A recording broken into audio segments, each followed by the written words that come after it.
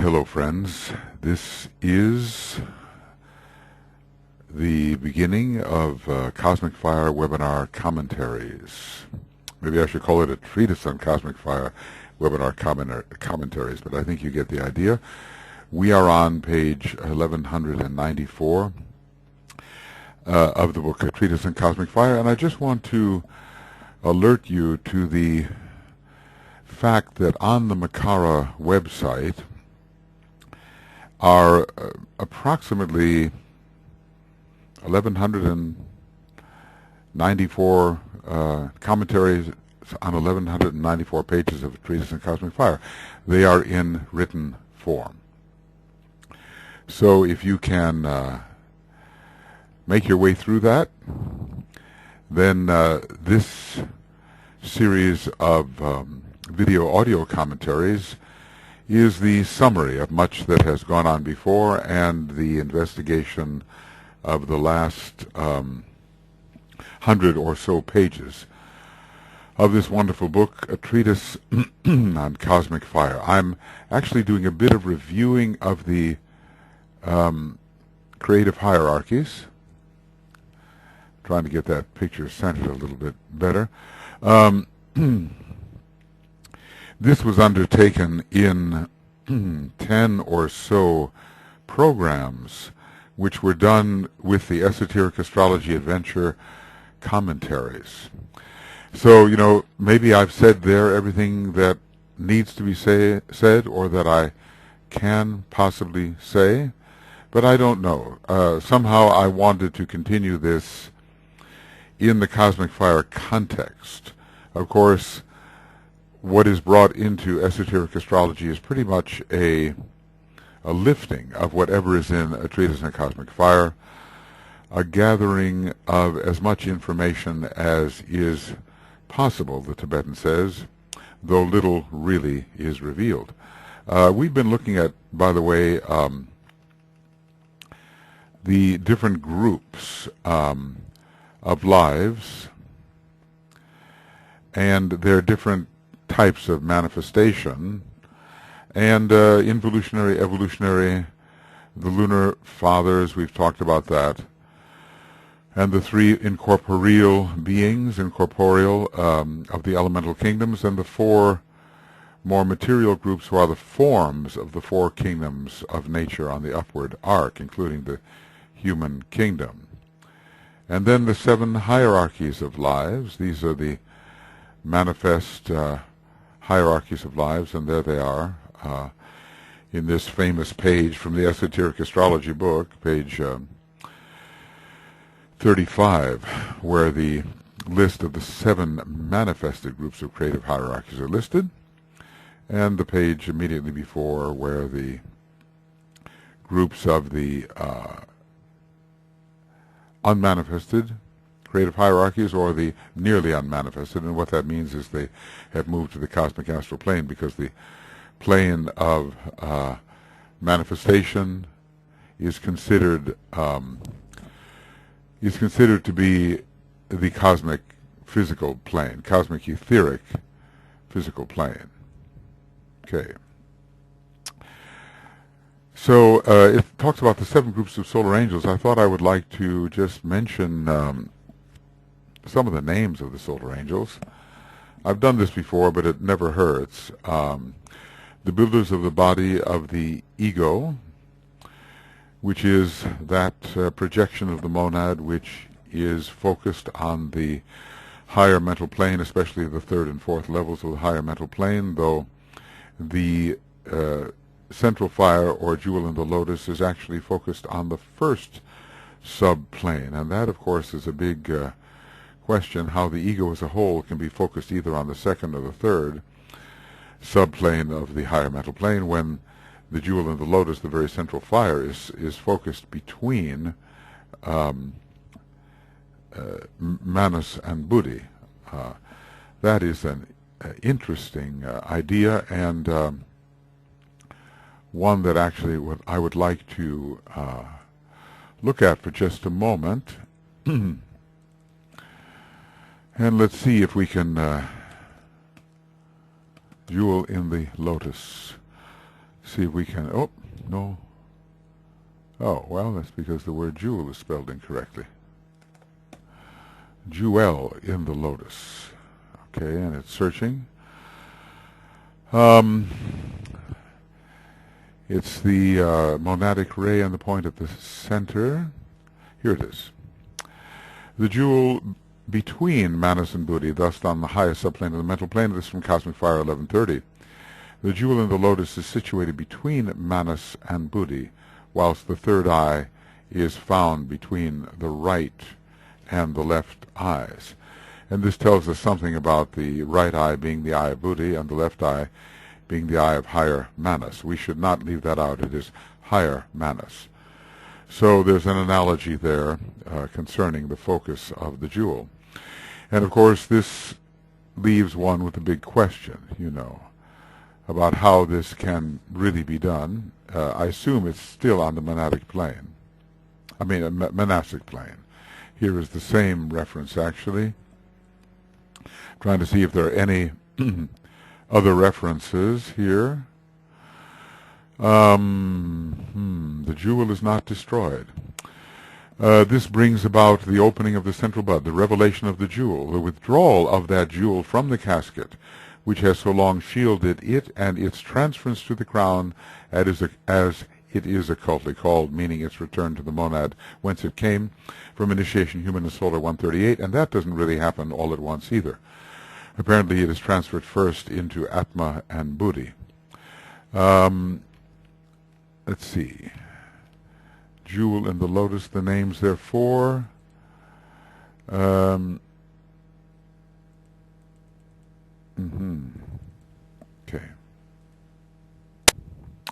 And here is something of importance. We're told that the central electric fire becomes centralized in Atma Buddhi following the destruction of the causal body. The thinker or spiritual entity stands free of the three worlds and functions consciously on the Buddhic plane. Between these two stages of quiescent, though self-conscious inertia, and that of radiant activity, which produces a balancing of forces, is a long series of lives. So here we are in Cosmic Fire 764. It's really worth... I've collected these references, and from the point of view of topical study, they really give us every perspective on a number of subjects. The jewel is not destroyed. Right, I dealt with that one already.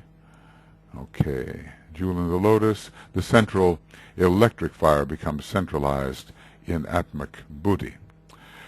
Atma Buddhi, and we wonder exactly how that happens. You know, we don't know the dynamics for that, but suffice it to say, before returning to the crown, which presumably is the crown of the Logos, the jewel, and as well the it carries the content really of the permanent atoms. This we discovered before, and it becomes centralized in Atma Buddhi.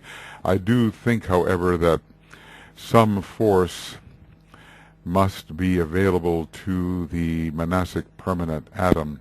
When I'm thinking of how the Maya Varupa is made, does it include the force of the monastic permanent atom?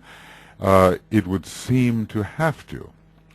But the jewel in the lotus is particularly focused in Atma and Buddhi. In any case, I'm thinking that the three lower members of the atomic triangle, or whatever it is that will sustain a Maya Varupa, that sustaining factor is generated from the spiritual triad and from the jewel in the lotus, or that central fire force, which is not yet returned to the monad. Even if it does return to the monad, it seems to me that a Maya Varupa could be generated. But we know that initially, unless you are an initiate of the 6th degree, while you're initiate of the 4th and 5th degree, we are not entirely centralized within the monad. That is a 6th degree factor. The builders of the body of the ego, the producers of individualization, very much under the signs Sagittarius, Gemini, and Leo with Cancer involved, the producers of realized consciousness. There's always consciousness, but the mirror has to be held up to the center of consciousness so that it itself becomes an object of consciousness. That is ego in the lower sense. The Agnish Vatas, there's a interesting, this is interesting. This suggests, since Vata is the factor of air,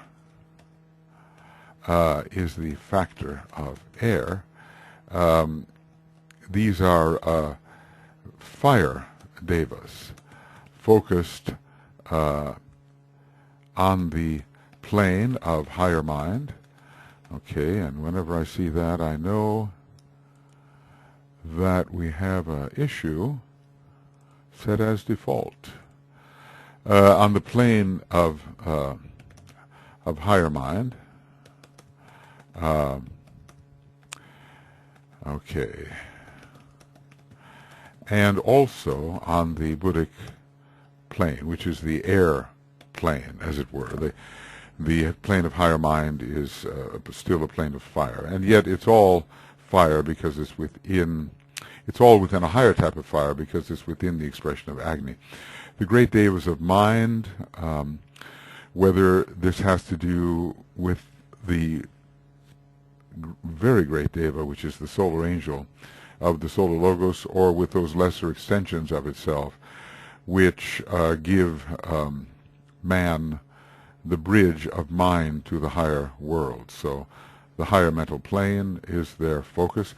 The self-consciousness or conscious principles, those that have that quality of I-ness within their energy and thereby are able to, let's see if I can make this a little, oh, that's pretty good. They have the quality of I-ness and are therefore able to help make animal man conscious of himself as the center. As I said, builders of the egoic body, that was already there. Planetary spirits, okay.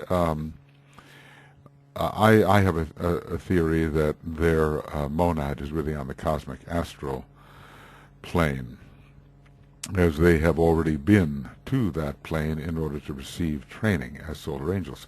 Asuras, well, in a way, they should be called Suryas or Suras. They are Prometheus.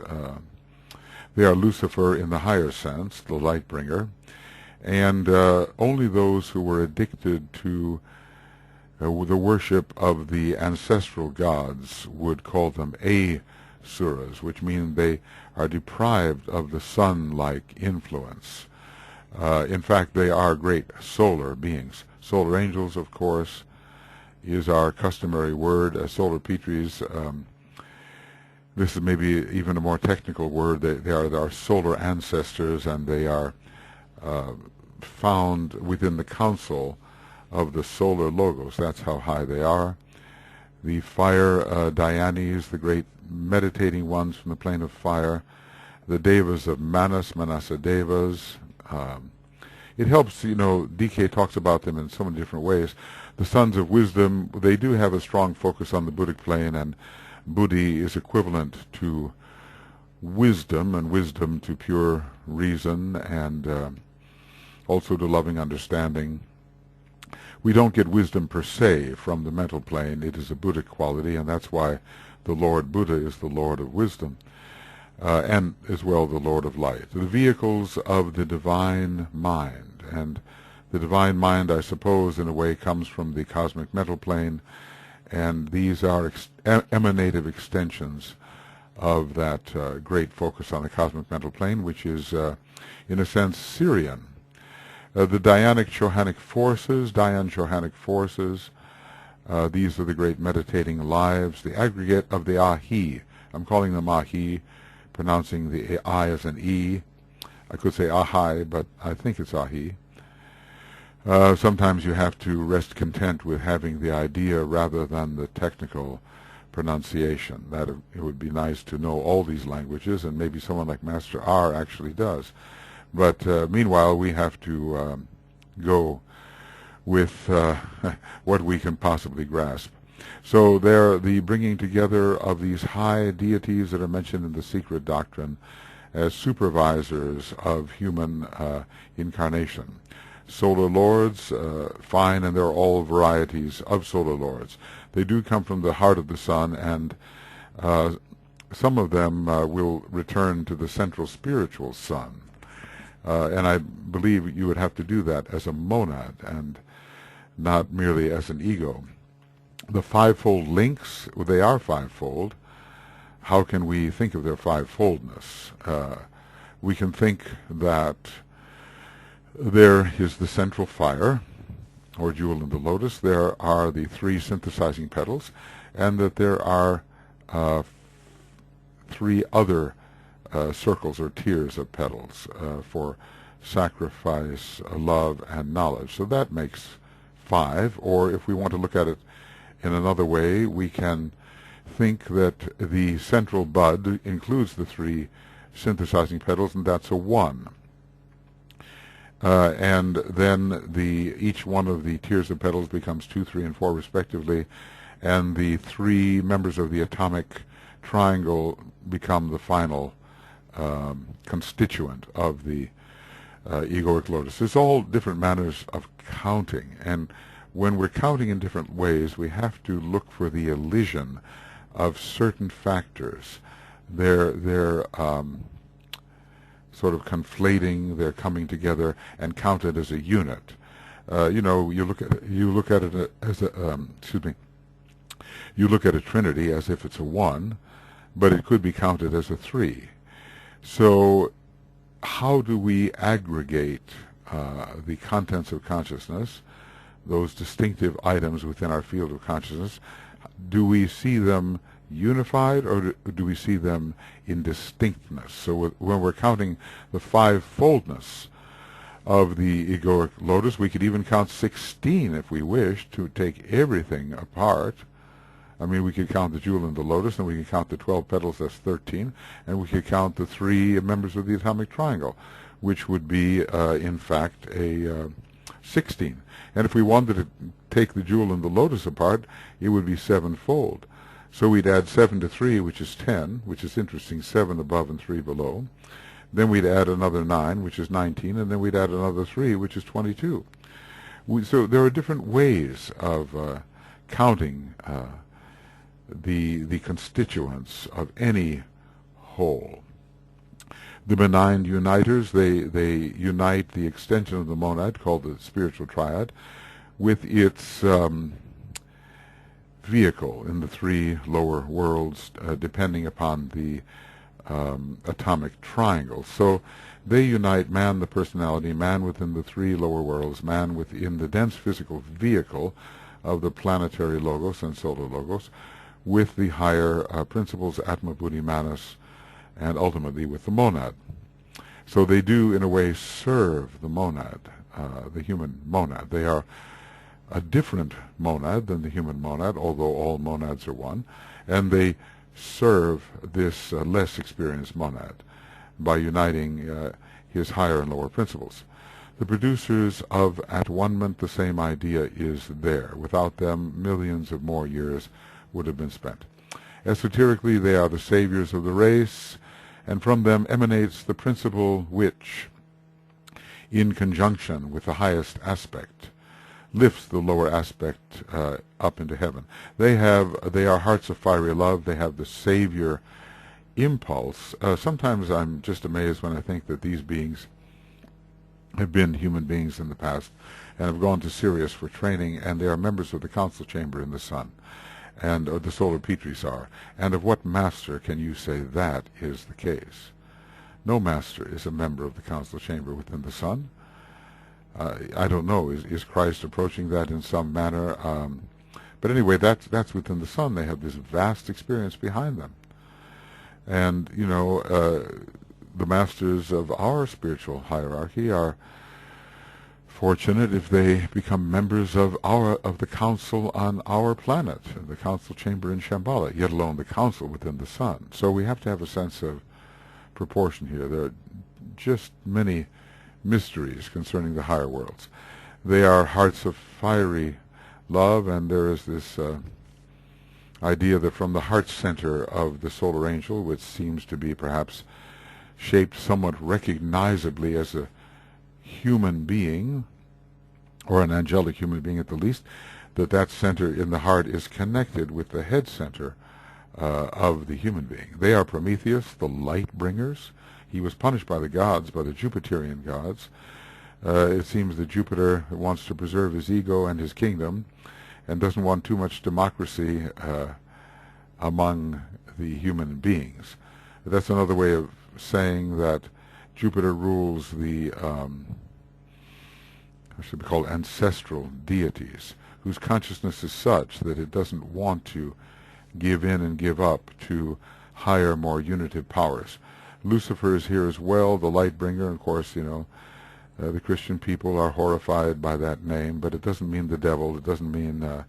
I actually should put Satan, but again, I have to say in the higher sense, as the radiant one, not as some devil trying to mislead, but as those who gave the power of mind and cultivated this extremely high sense of perception in animal man, and in those who would tend to remain more in the animal type of consciousness. There's still today a reversion of those who would rather remain animal and material in their consciousness, and Satan, in the higher sense, is an enemy of all that. This is just the very opposite of Satan worship. The people who are called Satan worshippers are really worshipping the lunar gods, more under a negative understanding of Jehovah. They are identified with the lunar vehicles, and they want to stay that way, and they don't want to follow Narada, as it who was always in conflict with Brihaspati, that is the lower expression of Jupiter as it fulfills the form. They want to continue to live the form-fulfilled life. Obviously, that will not be allowed for humanity as a whole, and those who really want to continue doing that will be for a time shunted off to Mars for re-education. I know all of this must sound like the veriest nonsense to someone who is trained in our modern scientific community, and we will be accused of credulous superstition and phantasm, the victims of wishful thinking and fantasy, but any true reader of the secret doctrine begins to realize that when it comes to our planetary history, truth is really stranger than fiction, because it's beyond our imagination, and yet it all hangs together logically when you look at the whole of it, and of course we can prove this for ourselves or disprove it for ourselves. So there's some kind of intuition within all of us, awake in some, that remembers where we've been and what we've done, and what the higher worlds of reality really are. For the people in whom that intuition is awake, they will set out to prove or to disprove what the intuition tells them. And then they will be able to confirm for themselves whether the masters of the wisdom have been lying to us, whether there's a great masquerade going on, whether we're being terribly misled into the worst kind of fantasy and refusing to accept the many forms of the one true religion, if you know what I mean. Everyone is the one true religion, so they think. We refuse to accept those with all their limitation, and whether we have been incorrect or correct in thus refusing. Well, anyway, these are names of the solar angels. So far, they've gone to the letter Z, which must mean there are 26 of these names, and more, I'm sure, as we go through the books. But this gives you an idea, right? And what I'd like to do is put this, save this a little bit, if I could. I have this desire to, yeah. Let's see here. Sorry for these little technical things, but if I don't do them now, I won't do them. And later, when they're needed, they won't be there. So if, every little wandering on my part to secure a reference in the AAB extracts or to put them in some place where they really belong will give you a chance to pause for a minute and search for the possibility of assimilating what we've been discussing. All right, so back here. There must not be confusion as to the distinction between the hierarchies of beings and the seven rays. This ends up being, of course, a very difficult statement, what's going to be said here. For though there is a close connection, there is no resemblance. So, deeply occult statement. The hierarchies of beings, on the one hand, who are, in my view, all of the one monad, and are they are connected in a way with the first ray, I will say. And the seven rays,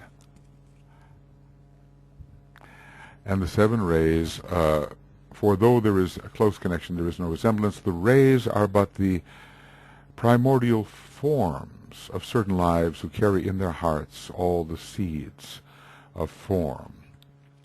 And I guess what we want to say is that the monads carry the seeds of form. The rays are as if the, I'll use a strange term here, qualitative clothing of these seed lives or monads. The hierarchies are the manifold groups of lives at all stages of unfoldment and growth who will use the forms. The rays are the vehicles and are therefore negative receivers. So they are, rays are again qualitative vehicles. Qualitative vehicles. The hierarchies are the users of the vehicles, and it is the nature of these lives and the quality of their vibration which, under this great law of attraction, brings to them the needed forms. If we really look at what a monad is, a monad, in essence, has no quality at all. It is life, essence, being. But every monad is clothed. Is clothed with quality and form which resembles and expresses certain qualities. So, somewhere in the book, he seems to contradict this whole thing. He seems to, as it were, place the ray in a preeminent position. But remember the leapfrogging that goes on here. What is lesser becomes greater, then becomes lesser, becomes greater, lesser, and so forth as we move upward. In terms of ease of understanding, to understand the hierarchies as monadic lives, aggregations of monads, and the ray lords are essentially hierarchies as well, but they express particularly through quality, and their vehicles of expression are attracted to or attracted by the other creative hierarchies who clothe themselves in the expression of the ray lords. So the creative hierarchies, that should be a capital, creative hierarchies, and we'll use clothe themselves in the qualitative expression of the ray lords of all types, because they go up all the way to the very seat of the universal logos and the seven before the throne of the universal logos, which in my view are the universal ray lords, of which the seven stars of the Great Bear are the slightest reflection, and our seven sacred planets even a smaller reflection of those universal seven. So the creative hierarchies clothe themselves in the qualitative expression of the ray lords and use quality and form through which to express. The creative hierarchies use quality and form through which to express. So this requires a lot of pondering.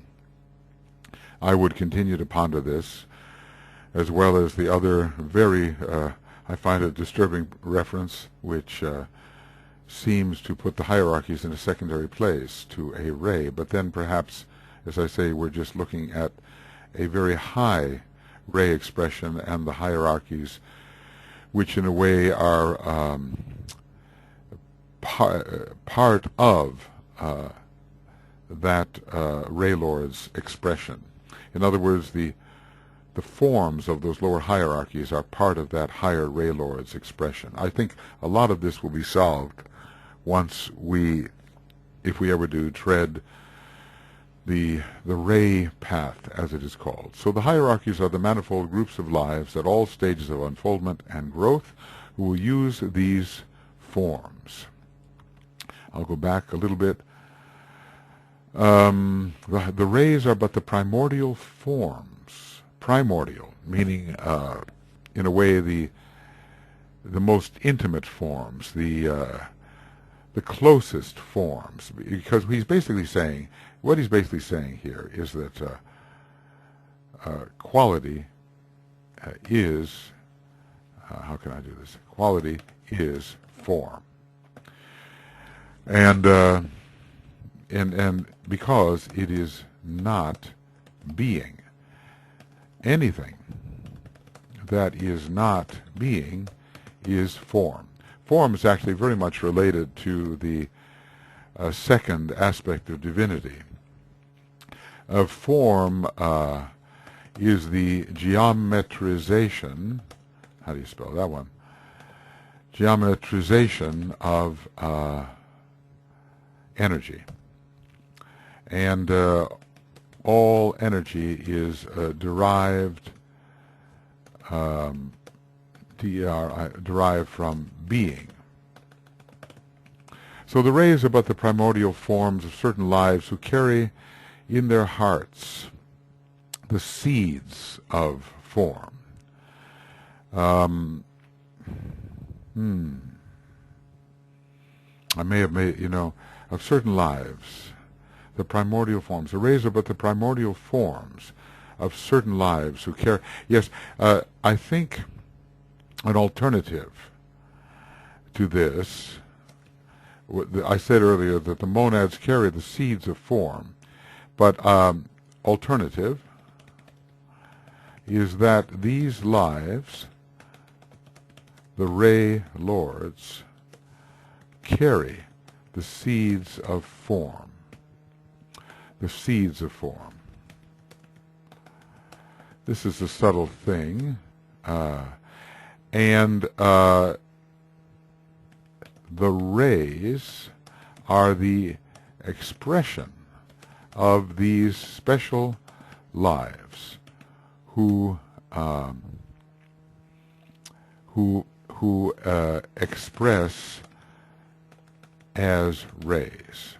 So the ray lords, I would say, alternative is that these lives, the ray lords, and we have to say, this is the important part, who are monads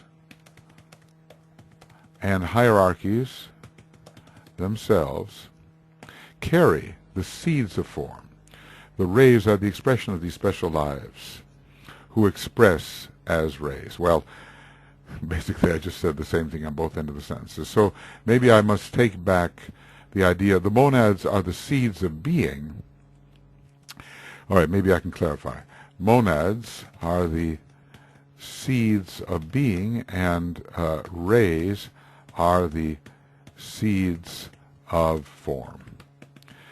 So that's one of those instances in which, having thought about this, a few minutes later I come up with a refinement. It looks to me like a refinement. Okay. So, Ray Lords are monads, there's no question about it. But there's something about they express as rays, and the rays are the qualitative clothing of other hierarchies.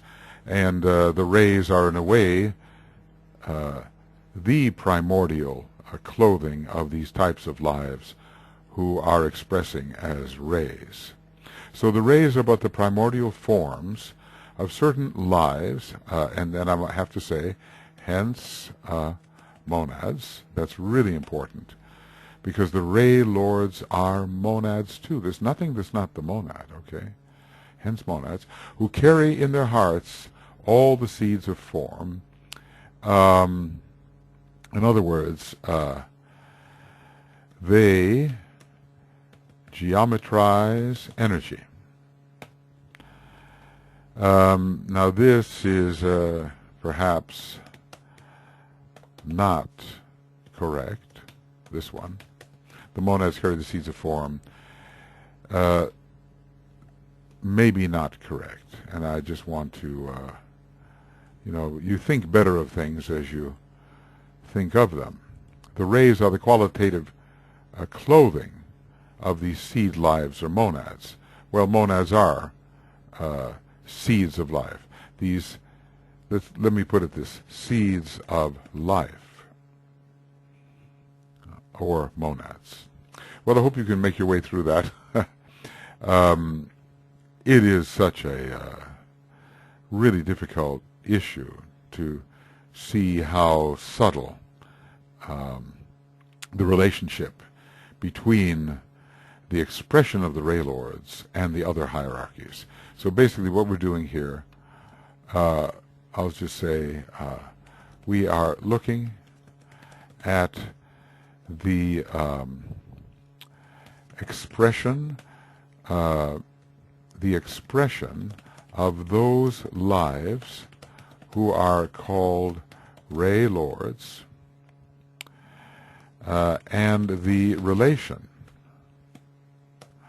of that expression as expression to the other monads or creative hierarchies.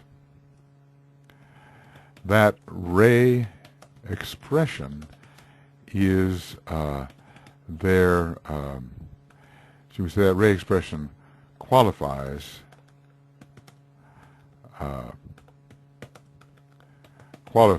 the forms of those monads or members of a creative hierarchy.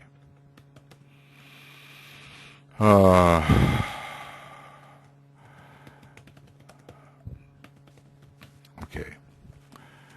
So maybe it's just CH. No, it's not. CRH. I would like to make that correct. CRH. And let's call that a creative hierarchy. So we have lives. Everything is monad. Even the rays are monads in their innermost essence, but their type of radiation is primordial form. In other words, it's primordial geometry, we might say.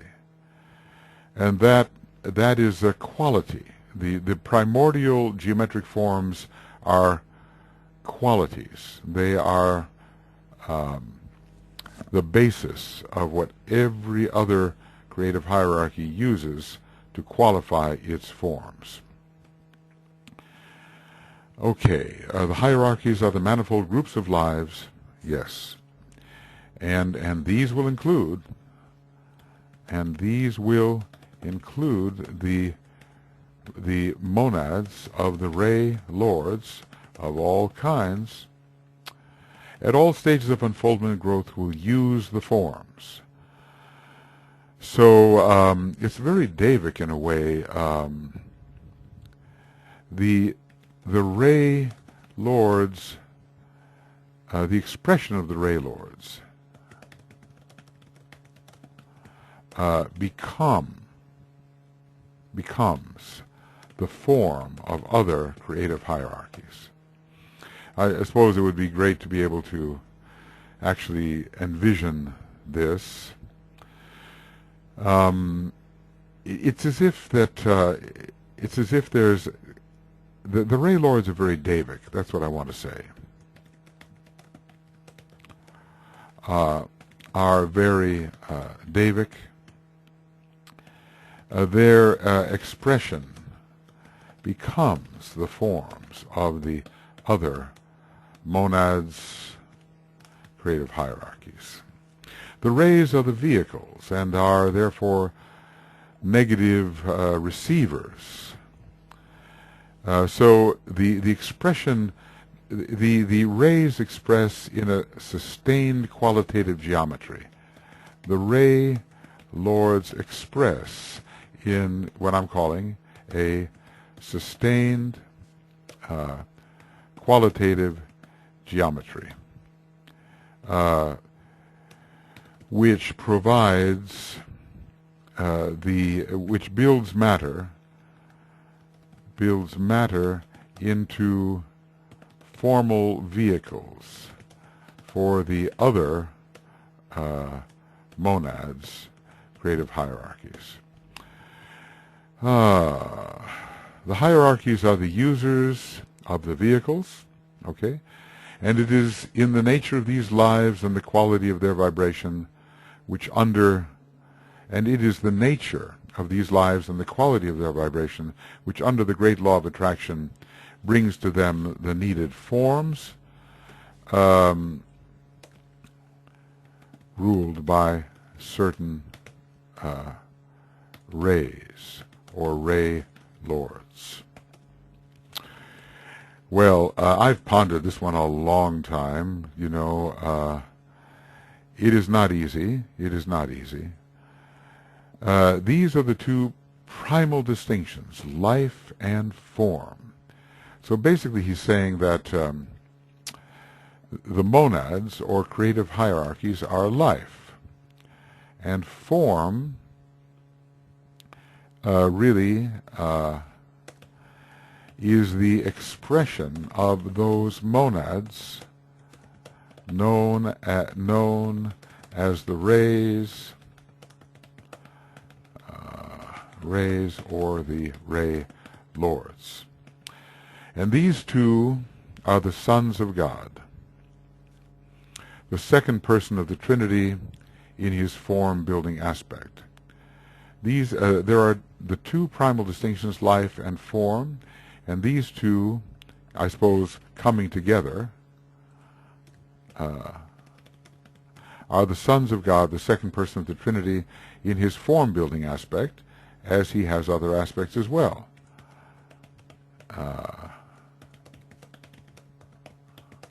See, form is not matter. This I've often tried to say. Material, well, the tiny units of matter are, in a sense, forms, but in the larger sense, these tiny units are aggregated according to a certain magnetic geometrizing. And that magnetic geometrizing is really the form. When that falls apart, matter returns to its unassociated state. So magnetic geometrizing is really form. Form is not matter. The forms of matter which we see exist because of a sustaining magnetic geometrizing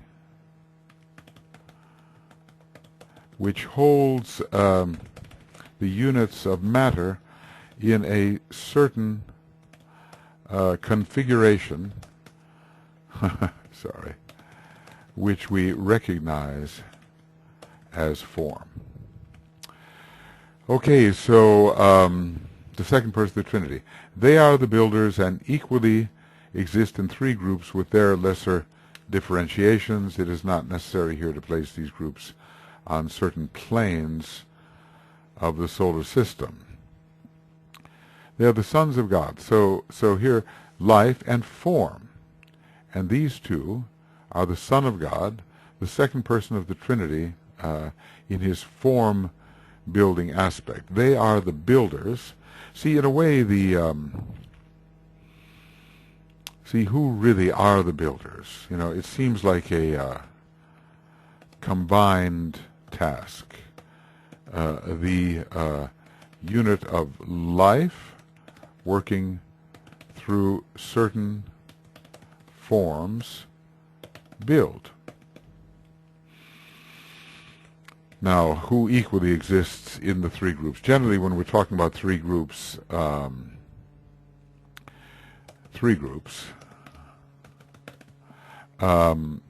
are usually related to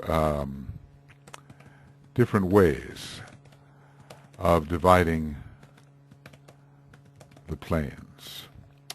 First, second, and third through seventh. That's one way of doing it. Also, first through fourth, fifth, higher fifth, and lower fifth through seventh. Well, there are different ways, as you know, of dividing the planes: 1 to 5, 1, 2, 3, 4, 5, 6, 7, and then 1, 2, 3, 4, upper 5 and lower 5 through 7, 4 above, 3 below, 5 above, 2 below, 6 above, 1 below. All of those are legitimate ways of dividing the planes depending on what we're looking for, and we could examine all of that. And I have, I think, at a certain point in my esoteric astrology commentaries, I think there's so much more in there than I was able to put in the content notes, because I'm basing the content notes largely on what the Tibetan has written. But I tend to, you know, extrapolate a bit and go off on tangents and elaborations, and sometimes bring things in which notation for which did not make its way into the content notes. How that will happen, I don't yet know, but I think it will happen. So these are the two primal distinctions, life and form. The hierarchies are the users of the vehicles, and it is the nature of these lives and the quality of their vibration which, under the great law of attraction, brings to them the needed form. Well, quality of vibration, you know, this sounds, and I think I'll just underline it, this phrase sounds very ray-like. The rays bring a certain quality of vibration which configures form. The, quality of vibration. I would just say this. The rays bring in a certain vibration which configures matter into form. So in some ways, you know, you can look at the forms as having to do with the third aspect, while it is possible to look at the forms as related to the third aspect of divinity. It is desirable, or more accurate, to look at form building as a magnetic geometrizing process which relates to the second aspect of divinity. I know there's a lot of things here. There are a lot of elaborations here, but I think you get the idea. There's an A, B, and a C here. The life is the life, and the life is the hierarchy, and it works through certain qualities. I wonder if I can summarize this in any way. Maybe. One. The life is the monad, is the creative hierarchy. Let's see if no. So let's see if I do this. Right. All right, that'll do. The life is the monad, is the creative hierarchy.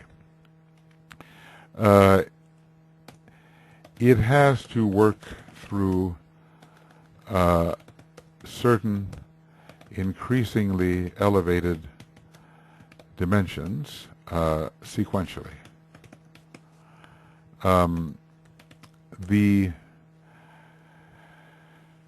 Each of those dimensions has a certain ray quality. The ray, the being or monad attaches itself to that ray quality, and through its geometrizing power builds from matter the necessary forms through which to express. Those forms would disappear without the configuring power of the ray,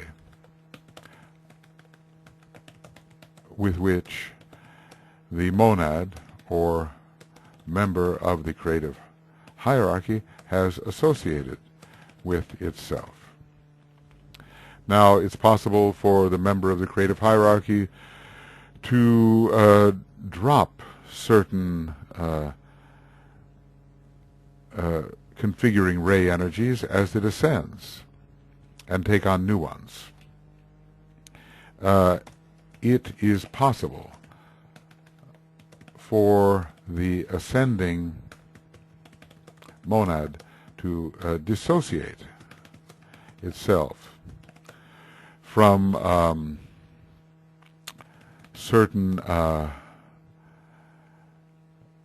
ray from this geometrizing or configuring geometrizing ray power as it, the monad, ascends. So we're all changing rays all the time. To change a ray is to change the vehicle of matter through which the monad or member of a creative hierarchy will be expressing. So it's like, it's like the monad is pure being, but must work through quality. Work through quality.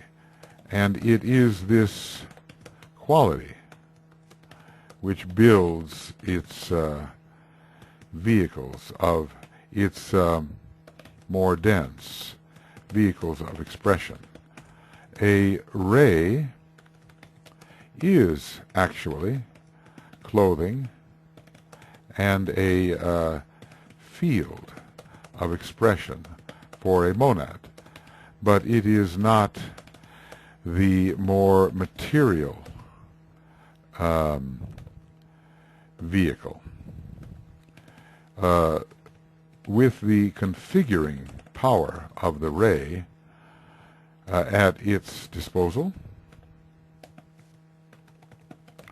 the monad builds a more material vehicle through which to express for a certain duration while working within a particular stratum. In other words, let's say members of our fourth creative hierarchy won't always be human, nor will these monads always be members of the fourth creative hierarchy. It's as if the fourth creative hierarchy is a type of function within the solar system, and monads will move on. And into that functional field will be up-and-coming monads of a different kind. Although, well, I think you get the idea that the universal, the status within universe, the function within universe remains, but monads move on to higher functions, and their place is taken by monads who have been fulfilling lower functions.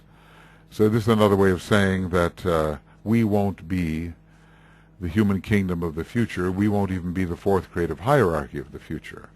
We will move into other functions, other creative hierarchies. Well, yeah. These hierarchies of beings who come in on the ray of light from the center are the seeds of all that later is, and it is only as they pass out into manifestation and the forms which they are to occupy are gradually evolved that consideration of the planes becomes necessary. The planes are material, at least with the cosmic physical plane, they are composed of elemental essence, tiny elemental lives which are colored by certain ray vibrations. These hierarchies of beings who come in on the ray of light from the center, in other words, come in on, this is another name for emanation, are the seeds of all that later is. And only as they pass out into manifestation, and the forms which they are to occupy are gradually evolved, that consideration of the planes becomes necessary. The planes are of Devic substance. The planes are Devic substance and are the foundation of objectivity. They have their own type of rotation, we know, which is from east to west, from a certain perspective, just as the rays have their own type of crossing rotation, which is from north to south. The rays are, in a sense, energy which is substantial, but in a way less substantial than that of the planes. The rays are relatively substantial, but less substantial than the substance of the planes. The planes are to certain of these hierarchies what the sheaths of the monad are to it. The sheaths of the monad are qualitative and formal. Of the monad are qualified forms. They are both qualitative and formal. And the planes,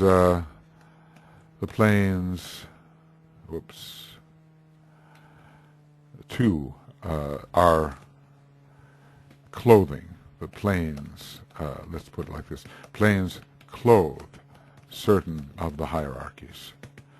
And we will see which ones. They are veils for the life indwelling. The planes are veils. Planes are veils for the life indwelling.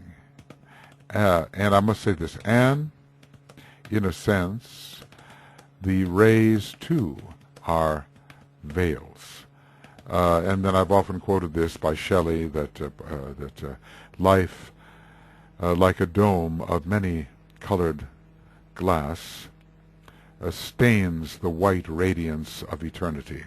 Well, the white radiance of eternity is the real life, of course. I wonder, maybe I should just make sure that I'm quoting that correctly.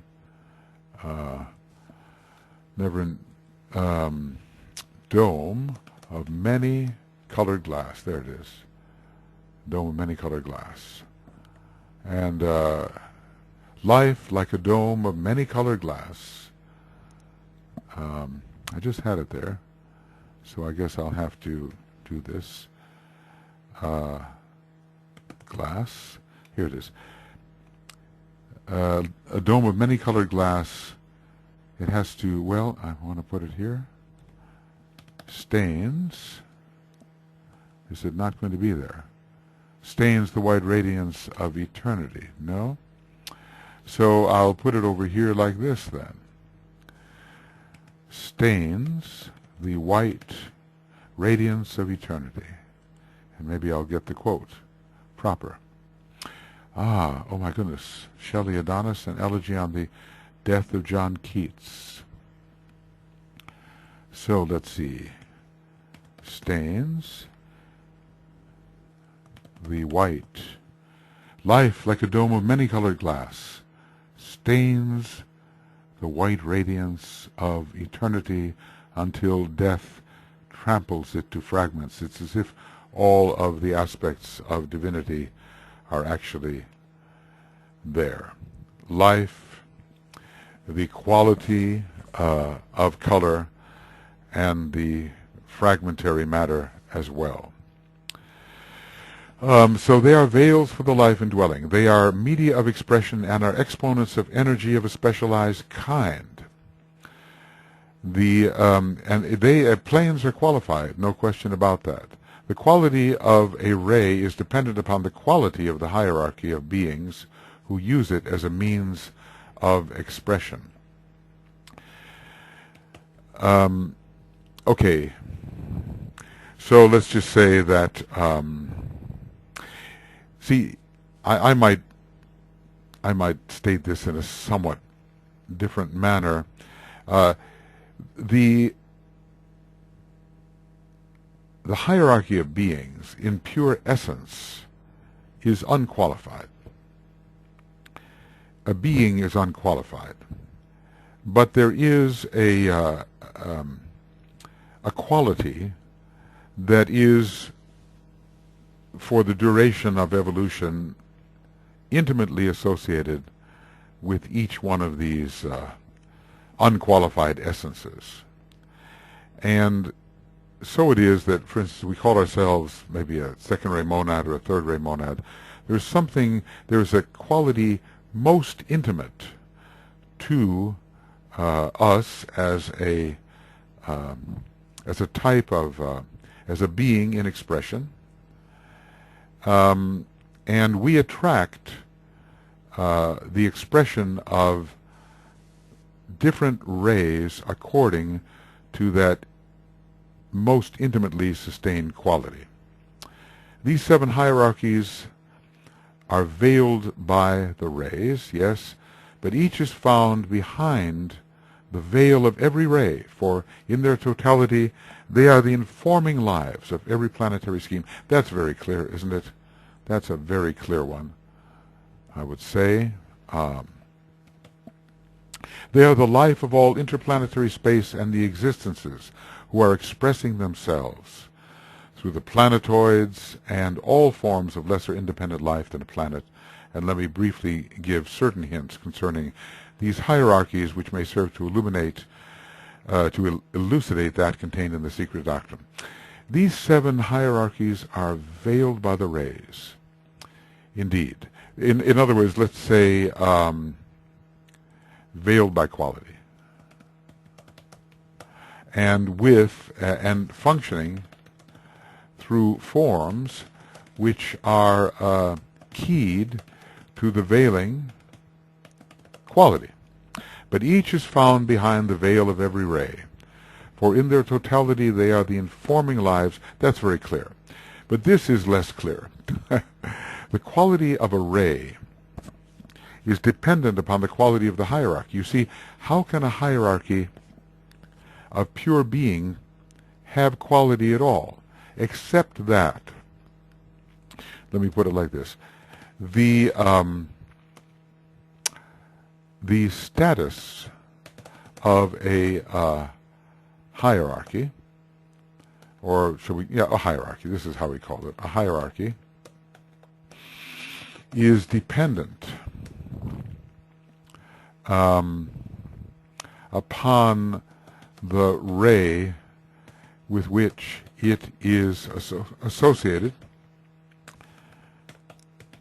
at any point in its upward evolutionary journey. So the quality of a ray is dependent upon the quality of the hierarchy of beings who uses it as a means of expression. Well, it seems that that a ray basically is quality. But when we talk about the quality of a ray, there are other ways of thinking about it. Yeah, it just comes to me this way.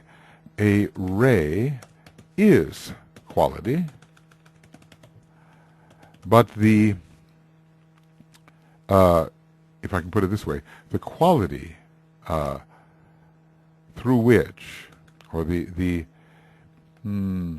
manner, the degree of refinement of that quality in expression is dependent upon the quality or status of the hierarchy using that ray or quality as a means of expression. In other words, let me use an example. I am a personality expressing ray 2. I have not yet ascended to the point where I am truly a soul or truly a monad. I'm expressing ray 2, and the degree of refinement of that quality will depend upon my quality in expression. When I use ray 2, I use it in a lower manner than someone who is a conscious monad using ray 2. When I am a human soul using ray 2, I am a member of the 4th creative hierarchy. What if I'm a member of the 5th, or even the 3rd creative hierarchy, and I'm expressing ray 2? I have a much higher hierarchical quality, and therefore the quality or degree of refinement of that ray will depend upon my status as a member of a hierarchy. My status in expression, if I'm a member of the 3rd creative hierarchy of triadal lives, is much higher than if I'm a human being. And so even though I use the same ray, and every ray is a quality, the degree of refinement of that quality will be lower because of my lower hierarchical status. Maybe this is the most confusing thing I've ever tried to explain, but I hope not. Because a ray is a quality. The quality of a ray is dependent upon the quality of the hierarchy. You see, if a ray is a quality, the Tibetan has to mean something else than the quality of a ray. Ray is quality. Ray is a certain frequency. Ray is a certain geometry. Ray is a certain essential division of life or being. Ray is the seven-colored light that emanates from the white light. You see, ray is a quality, but when we talk about the quality of a ray, we mean the degree of refinement with which that ray expresses. That's another way of talking about the quality of a ray. So I realized, DK once said that the second ray types builds forms within forms within forms. Oh, well, I've certainly done this here, and the third ray is added to it. And someone can disentangle all this. Maybe it should be me. I tried to do that occasionally up here, but what I've done is I've run beyond my 1 hour doing it already. So what I'm going to do is say that this is the end of Cosmic Fire webinar commentaries, number 2, page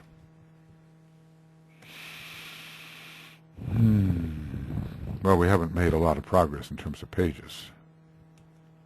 Page 1196, it looks like.